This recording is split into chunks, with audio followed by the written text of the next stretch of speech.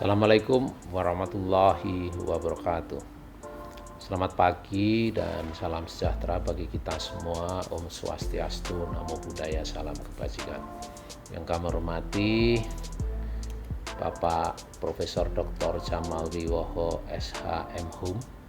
sebagai Rektor UNS. Yang kami hormati juga Profesor Dr. Andes Suranto MSc PhD, Ketua Dewan Profesor UNS.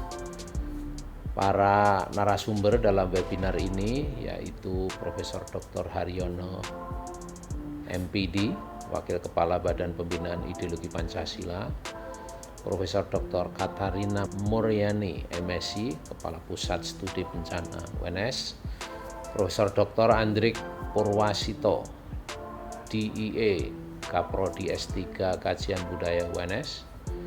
Yang kami hormati juga Profesor Diah Kristina MA PhD selaku moderator, dan Bapak Ibu serta hadirin sekalian yang berbahagia. Alhamdulillah, puji dan syukur kita panjatkan kehadirat Allah SWT, Tuhan yang Maha Kuasa, karena kita pada hari ini diberkahi dengan nikmat kesehatan sehingga bisa mengikuti kembali acara webinar yang diselenggarakan oleh UNS.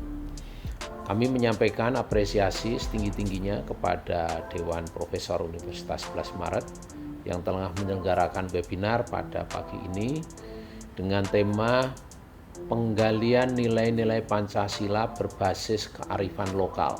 Pada kesempatan ini kami akan menyampaikan beberapa hal terkait dengan aktualisasi Pancasila dalam mendukung pertumbuhan ekonomi nasional.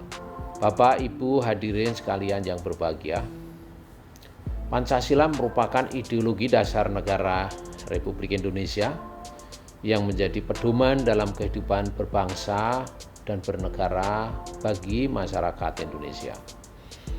Pancasila sebagai pandangan hidup bangsa dirumuskan dari perjalanan dan karakter asli bangsa Indonesia serta berisikan seperangkat cita-cita dan gagasan besar nan mulia yang harus diwujud nyatakan oleh bangsa Indonesia. Dapat kami sampaikan, Pancasila sebagai dasar negara merupakan bagian yang penting dari Undang-Undang Dasar 1945 sebagai konstitusi negara Indonesia. Sebagaimana kita ketahui, Undang-Undang Dasar 1945 menjadi landasan yang kuat bagi yang pertama, pembangunan ekonomi berorientasi keadilan. Yang kedua, pemenuhan hak-hak sosial rakyat. Yang ketiga, perlakuan dan kesempatan yang sama bagi seluruh warga Indonesia. Yang keempat, pemerataan pembangunan. Dan kelima adalah persatuan bangsa. Khusus untuk pembangunan ekonomi, Pancasila sebagai dasar negara menjadi jiwa dari sistem ekonomi yang disebut ekonomi Pancasila. Sebagaimana pasal 33 Undang-Undang Dasar 1945 setelah amandemen tahun 2002, perekonomian nasional diselenggarakan dengan prinsip kebersamaan atas dasar demokrasi ekonomi, efisiensi, berkeadilan, berkelanjutan, berwawasan lingkungan, kemandirian, dan menjaga keseimbangan kemajuan kesatuan ekonomi nasional. Ekonomi Pancasila memiliki tujuan mulia, yaitu meningkatkan kesejahteraan masyarakat melalui pemerataan pendapatan dan pembangunan, serta memacu pertumbuhan ekonomi Indonesia dengan tetap mempertahankan stabilitas keuangan. Bapak, Ibu, hadirin sekalian yang berbahagia, kami ingin menyampaikan keterkaitan dengan tugas OJK.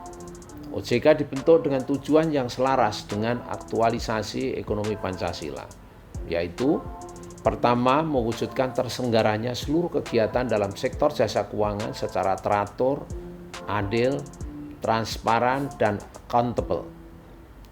Yang kedua, mewujudkan sistem keuangan yang tumbuh secara berkelanjutan dan stabil. Dan ketiga, melindungi kepentingan konsumen dan masyarakat. Bapak, Ibu, hadirin sekalian yang berbahagia, aktualisasi sila pertama berupa penerapan integritas dalam pelaksanaan pengawasan sektor keuangan sebagai bentuk tanggungjawaban kepada Tuhan Yang Maha Kuasa. Dengan demikian, sektor keuangan dapat memajukan kepentingan dan kesejahteraan seluruh rakyat Indonesia. Aktualisasi sila kedua berupa kebijakan yang humanis atau berperi kemanusiaan melalui penyediaan akses pembiayaan yang seluas-luasnya kepada seluruh rakyat Indonesia dalam mengembangkan kualitas hidup individu dan masyarakat. Aktualisasi sila ketiga berupa kebijakan yang mampu meningkatkan ketangguhan dan kedaulatan ekonomi nasional serta meningkatkan daya saing sektor jasa keuangan di kancah global dan regional di mana persatuan Indonesia menjadi pilar utamanya. Aktualisasi yang keempat berupa penerbitan kebijakan yang mampu meningkatkan partisipasi masyarakat secara luas dalam pembangunan ekonomi. Kebijakan dimaksud merupakan bentuk penerapan sistem ekonomi yang berorientasi kerakyatan dan berfungsi untuk mengungkit permintaan dan kebutuhan masyarakat. Aktualisasi kelima berupa kebijakan yang dikeluarkan oleh OJK berupaya untuk menciptakan pemerataan pembangunan dan pertumbuhan ekonomi beserta hasil-hasilnya yang didasarkan pada potensi dan kearifan lokal serta terciptanya kesempatan yang seadil-adilnya bagi seluruh lapisan masyarakat. Bapak Ibu hadirin sekalian yang berbahagia, seperti kita ketahui dalam pembangunan ekonomi nasional, pembangunan ekonomi daerah dengan kearifan lokalnya merupakan sebuah bagian yang integral dan tidak terpisahkan. Strategi untuk mendukung pertumbuhan ekonomi daerah adalah dengan menyeimbangkan program investasi dan pembangunan ekonomi berbasis potensi dan budaya atau kearifan lokal, ya, atau sering yang disebut local wisdom. Ya. Potensi ini penting untuk dijadikan dasar pertimbangan dalam pengembangan ekonomi daerah. Mengingat setiap daerah memiliki kekuatan lokal yang berbeda antara satu dengan daerah lainnya.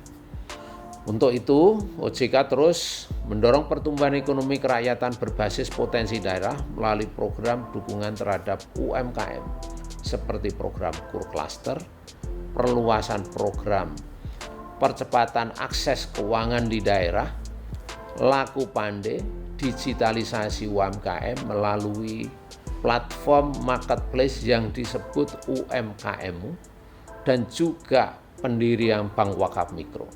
Dalam hal ini juga berbagai program yang kita ciptakan untuk pembinaan para ekonomi lemah, ekonomi kecil, sektor informal. Selain itu juga OJK bersama-sama pemerintah selalu meningkatkan bagaimana masyarakat bisa bekerja, masyarakat bisa berproduksi, dan pemerintah dan bersama-sama OJK menyediakan prasarana bukan saja pembiayaan namun juga pembinaan dan juga ekosistem penjualan dan bahkan menciptakan permintaan untuk produk-produk UMKM. Bapak Ibu hadirin sekalian yang berbahagia, secara umum industri jasa keuangan di masa pandemi ini dapat kami sampaikan masih stabil. Namun demikian ada beberapa tantangan yang harus kita perhatikan ya, agar peran sektor jasa keuangan dalam pemerataan kesejahteraan masyarakat terutama setelah masa pandemi berakhir ini masih terus terjaga dan masih terus bisa menjalankan fungsinya dengan baik. Ekonomi Pancasila dapat menjadi solusi bagi pemerataan kesejahteraan masyarakat Indonesia, di mana UMKM dengan segala kelenturan dan keunggulannya yang akan menjadi tulang punggung bagi pertumbuhan ekonomi nasional kita.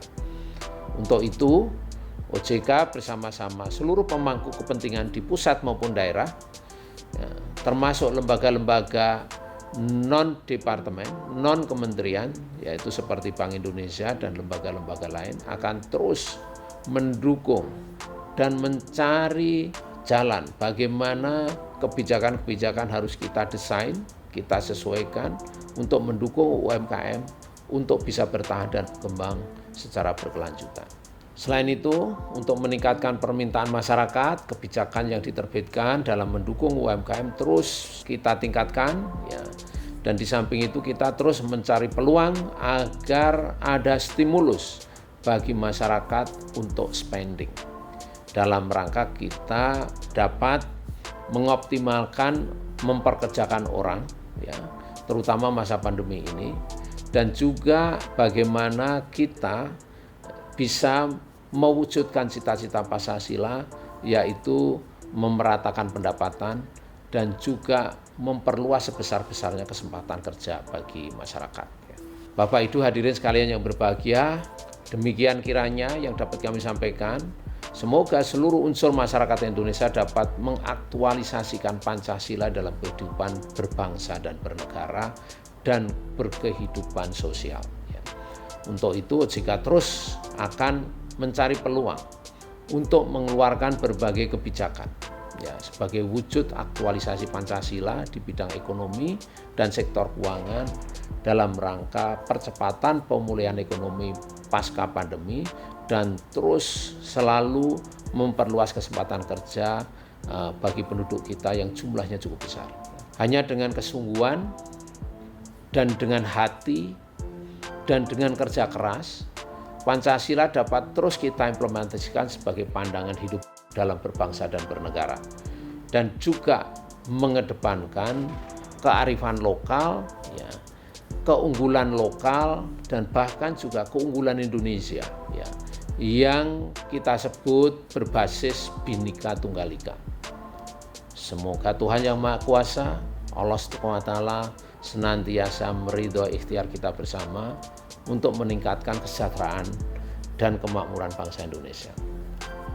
Demikian akhir kata, kami ucapkan terima kasih atas undangan ini dan wassalamualaikum warahmatullahi wabarakatuh.